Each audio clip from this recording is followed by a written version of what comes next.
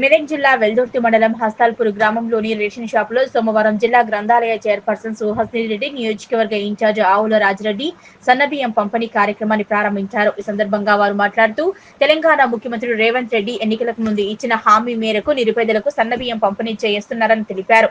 ముఖ్యమంత్రి విజయవంతంగా ఎన్నికలకు ముందు వచ్చిన హామీలను పూర్తి స్థాయిలో నెరవేరుస్తున్నారని, నిరుపేదకు అండగా నిలుస్తున్నారన్న కార్యక్రమంలో జిల్లా నాయకులు నరేందర్ రెడ్డి, మాజీ అధ్యక్షులు నరసింహారెడ్డి, ఉప సర్పంచ్ రమేష్, మాజీ వైస్ ఎంపీ సుధాకర్ గౌడ్, కలాల్ శేఖర్ గౌడ్, స్వతంత్ర రెడ్డి, మాజీ MPTC Lakshminarayana, Kurma Lakshmaiah, society director Krishnagoud, Eddulapalli మాజీ సర్పంచ్ దుర్గాగౌడ్, వెల్దుర్తి మండల అధ్యక్షులు మహేష్ రెడ్డి తదితరులు పాల్గొన్నారు.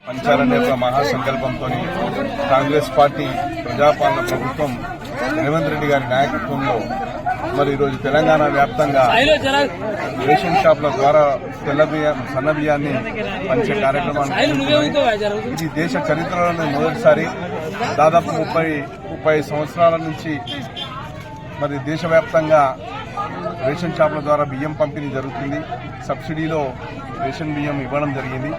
కానీ చరిత్రలో ఎప్పుడైనా దొడ్డు బియ్యమే పంచడం జరిగింది.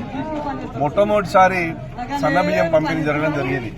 కొంతమంది బీజేపీ వాళ్ళు చెప్తున్నారు అక్కడిక్కడ ఇది కేంద్ర ప్రభుత్వ పథకం అది ఇదని.